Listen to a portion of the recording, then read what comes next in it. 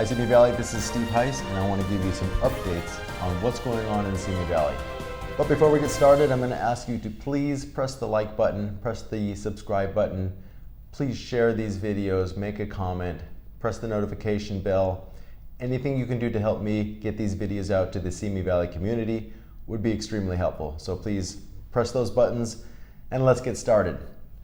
All right, so Simi Valley, this last weekend, Saturday the 22nd of August, we did have the police parade, which was a success. We had about 500 cars rolling through there, showing their appreciation for the Simi Valley Police. So thank you everybody who was a part of that, and I'll keep you notified on when the next one will happen. All right, so thank you for that.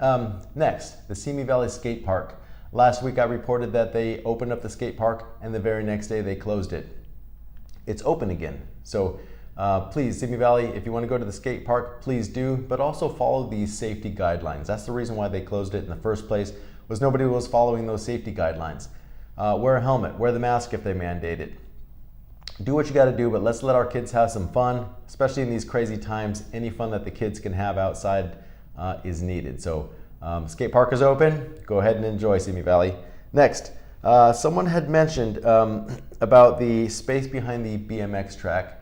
I'm sorry, where the BMX track used to be behind the Ralphs. So last week I had mentioned that the old BMX track and the community swimming pool that was behind Ralphs on LA Avenue and Sycamore, they tore all that down to build 300 apartment buildings. I'm sorry, 300 apartments within some buildings. So someone had mentioned, hey, wait a minute, I thought that's going to be senior living. Well, here's what's happening.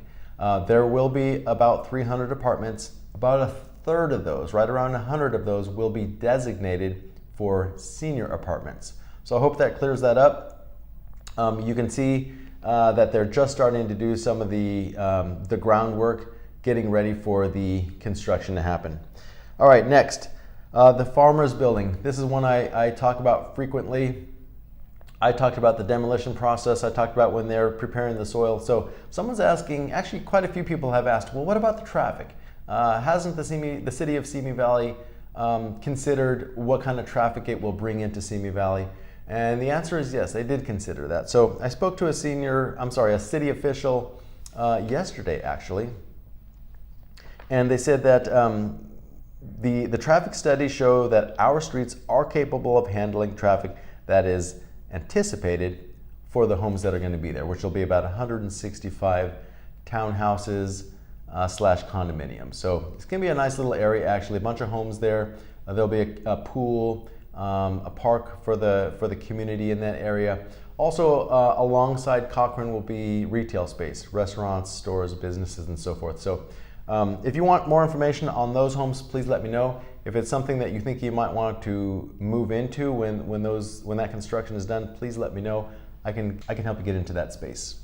Okay, the next thing I have here is the Lost Canyons Golf Course. So the Lost Canyons Golf Course is right next to the Big Sky community. So between Erringer and Tapo Canyon, if you take Lost Canyons Road, Lost Canyons Golf Course was right there. So right now it is a non-operational golf course, but it is slated to be something. So what will it be? Well, it's going to be they're going to cut that golf course up into two different spaces.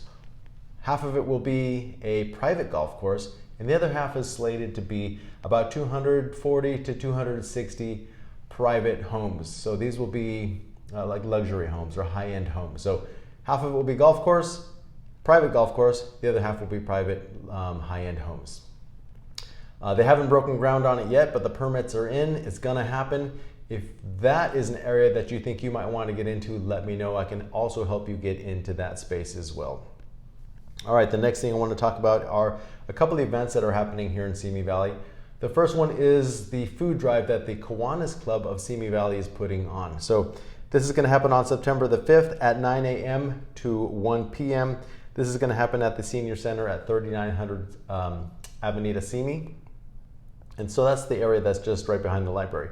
But I want you to watch this short video from my friend Kathy Van Etten, and she's going to explain that. Hi, Hi, I'm Kathy Van Etten with the Kiwanis Club of Simi Valley, and I'm here to tell you about the Great American Food Drive that we're putting together on Saturday, September 5th. This will be a multifaceted event with a variety of ways to get involved, including a mini parade, grocery store collections, and we'll even come to your house if you don't feel comfortable leaving your home.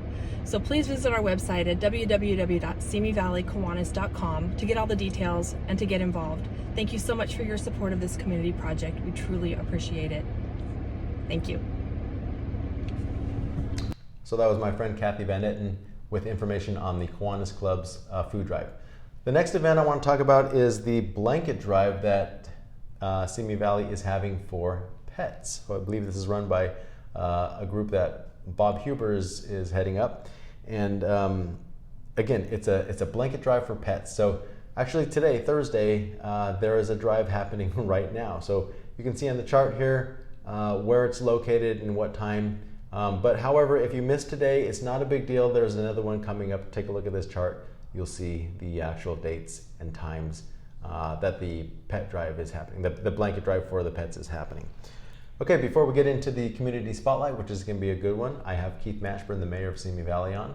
I want to talk about real estate. So Tricia Garcia and myself, we do real estate for the Simi Valley community. Not just Simi Valley, but we do every area surrounding it as well. Thousand Oaks, San Fernando Valley, Moore Park, pretty much anything surrounding Simi Valley we take care of. If you or a family member or friend are even considering buying or selling a home, please consider Tricia and myself. We do a lot for the community, and we would really appreciate the business. Also, any business that you refer to us, whether it's your own or a referral of a friend or a family member, a portion of the commission that Tricia and I receive from that business goes to the St. Jude Children's Hospital. So we like to give back a little bit as well. So everything that we take in, we give a little bit back to the St. Jude Children's Hospital. It's a great organization for helping find cures for cancer for children. So please, again, consider Tricia and myself. We promise to give you the best service, representation, and results you'll ever experience in any real estate professional. All right, let's move on to the Community Spotlight with Keith Mashburn. Hey everybody, I'm here with Simi Valley's Mayor, Keith Mashburn. Keith Mashburn, thank you so much for joining us. No, thank you for having me, Steve. Yeah. I appreciate the opportunity. No problem. So Keith has a lot of answers for us, but today what I wanted to talk to Keith about was fire safety. So a lot of you didn't know, or maybe you did know, that Keith Mashburn he is a retired firefighter. Correct. I worked for Ventura County Fire Department for 30 years. Okay. And I worked my way up from a firefighter hanging on the back of the truck when we used to do that. Yeah. And when I retired in 2005, I was a battalion chief for the department. Okay. So the reason why I brought Keith in today was I was hoping you would speak to us today about fire safety. We're coming up on the fire season, and you being a retired firefighter and the mayor of Simi Valley, is there any tips you can tell the community? What can you share with us? Well, first off, I'd like everybody to understand that the best thing they could do is watch the news. Don't go to an area where there is a fire, because of the traffic that it generates, and the fire department and police department are trying to block roads and have access ways for the firefighters. Mm-hmm. So the number one thing is watch it on TV. You'll probably get a better view of it anyway. Secondly, to prepare for a fire, which we should all do, especially if you live on a perimeter where you're up against what we call wildland interface. Yeah, right. Those homes need to make sure they have a good clearance. And when I was on the department, a good clearance was a minimum of 100 feet. And I say minimum. You can always do more and clear the combustible vegetation from your property line at least 100 feet into the brush. And I would say, I can't stress enough, that's a minimum. If you can go 200 feet, do it. Do that, right. And what that does is provides an opportunity for the firefighters to get between the fire and your home to protect your home. Okay. Now, there's a lot of other things that you can do. For instance, if you have attic vents, you want to put screens, pretty tight mesh screens over those, because embers fly from the fire. Right. If they go into your attic, they'll start a fire inside your attic, and you lose your home that way. The other thing you'd want to do is make sure you have all of your windows closed, drapes closed, and it kind of makes it a secure box, and it won't let embers come into the home. Okay, and then they have what we call ladder fuels. And for those of us, especially with children, I don't know why that always comes to mind. I've never heard of ladder fuels. Okay, a ladder fuel is, let's say in your backyard you have the big plastic toys playhouse. Right. Okay, and you have it on your patio real close to your home. Ember gets into the plastic, gets it burning, and now you have a fire, and that plastic melts and it flows just like gasoline. Yeah. And so it'll spread the fire to your home.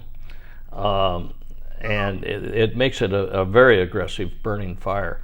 And that can sometimes happen way within the interior of a development because the ember flew in, dropped into a house several blocks from the interface area. Oh, wow. And no one saw it, and now you have a problem. So you want to move those ladder fuels, trash cans. If you store your trash can against your house, usually in the side yard, and you have it under your eaves, and if a trash can catches on fire, it goes up into your eaves, and now you have a fire inside your attic. Oh my God! I would have never thought about something like that. That's how when you see some of these fires, like unfortunately what happened in the Oak Park area, Thousand Oaks, is some homes caught fire kind of in the middle of the development. Right. And no one understood how did that happen. That's how that happens, is the embers flying. And it didn't make sense because you look at the aerial view and you see a block of homes and only one right in the middle got hit. Exactly. Okay. So that's what you want to look for. If you're not evacuated in your home and there's a fire anywhere near you, take a look at your yard, move stuff away from your home, and then take a look, because those embers are, the size of my thumb when they land, and easily put out with a garden hose. But if they're not detected, that's when they grow into a big fire, burn down someone's home. And another area that I'd like to mention is we need to come up with a good plan for people with horses. I happen to live in an area that has horses. I live in Bridle Path. And people with the best intentions, when the fire comes through Bridle Path area, it's a traffic jam of people pulling horse trailers. Right. And it's true. I see it on videos all the time. And those folks are trying to help their friends with horses, or even just help people that have horses. They may not even know them. But a community like Bridle Path needs to develop a plan of how we're going to allow people in to rescue horses. And have a flow chart. Pick up the horse here, then go out this way, so we're not blocking the firefighters' access. That makes sense. So the communities really need to come together, come up with a plan on an exit route. If hopefully they won't happen, but if they do, an exit route for people to get out with their horses, and at the same time not blocking the firefighters from getting in. Exactly. That's the most important thing is keep the roads open. And, unfortunately, people are doing their very best to help one another. Right. And sometimes what happens is someone will hop in a truck that's pulling a horse trailer, and they've never pulled a trailer before. Next thing you know, we've got a jackknife trailer right in the middle of the street. Oh, that's no fun. And so there should be a plan. Meet at a remote location, have some kind of communications where you can say, okay, at 123 Smith Street, we have 2 horses, send 1 rescue unit, meaning a horse trailer and pickup pulling it to that location, rather than all of them come. Because that makes perfect sense. What is so good about the equestrian folks is they're all there to help each other. And Keith, thank you for letting us know about the fire safety. It's something that we definitely need to know as the fire season comes up. All right, Keith, thank you very much for your time. I appreciate it. Thank you. All right, I hope you enjoyed that from Keith. He's got a lot of great tips on fire safety and a couple great references for anything COVID related, those 2 websites. All right, thank you for watching. But before you stop this video, please like, subscribe, notification button, share this video with anybody you think that can use this information that I provide for the Simi Valley community. Again, like, subscribe, notify, share, comment. We would really appreciate that. All right, Simi Valley, we'll see you next week on Simi on Video.